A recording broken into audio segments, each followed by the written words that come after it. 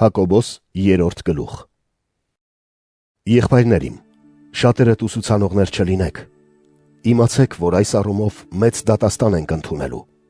քանի որ բոլորս էլ շատ ենք մեղանչում։ Եթե մեկը խոսքով չի մեղանչում, նա կատարյալ մարդ է, ընդունակ սանձահարելու իր ամբողջ մարմինը։ Տես թե ինչպես ենք ձիերի բերանը սանձեր դնում, որ նրանք մեզ հնազանդվեն, և նրանց ամբողջ մարմինը կառավարում ենք։ Ահավասիկ և նավերը, ինչ հսկա են, սաստիկ հողմերից քշվում են, բայց փոքր մի ղեկով ուղղվում են, որ կողմը նավավարի սիրտն ուզում է։ Այսպես էլ լեզուն, մի փոքր անդամ է, բայց մեծամեծ բաներ է բարբառում։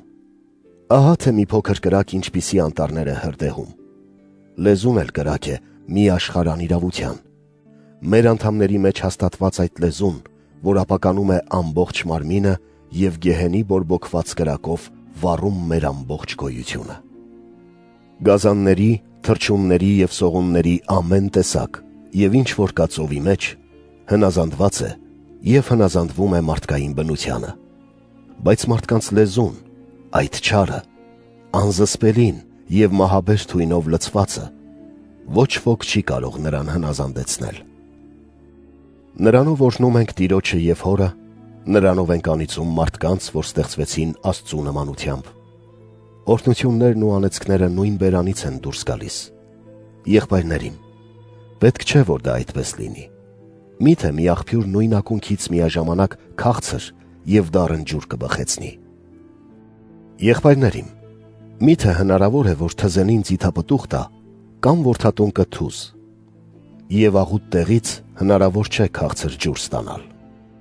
Ձեր մեջ ով է իմաստուն և խելացի, բարի ընթացքով թող ցույց տա իմաստությամբ և հեզությամբ կատարած իր գործերը։ Իսկ եթե ձեր սրտերում դառն նախանձ և հակառակություն ունեք, մի պարծեցեք, մի ստեք ընդդեմ ճշմարտության։ Այս իմաստությունն ի վերուստ չի իջել, այլ երկրավոր է, մարմնավոր և դիվական, որովհետև որտեղ հակառակություն և նախանձ կա, այնտեղ կա անկարգություն և ամեն չար բան։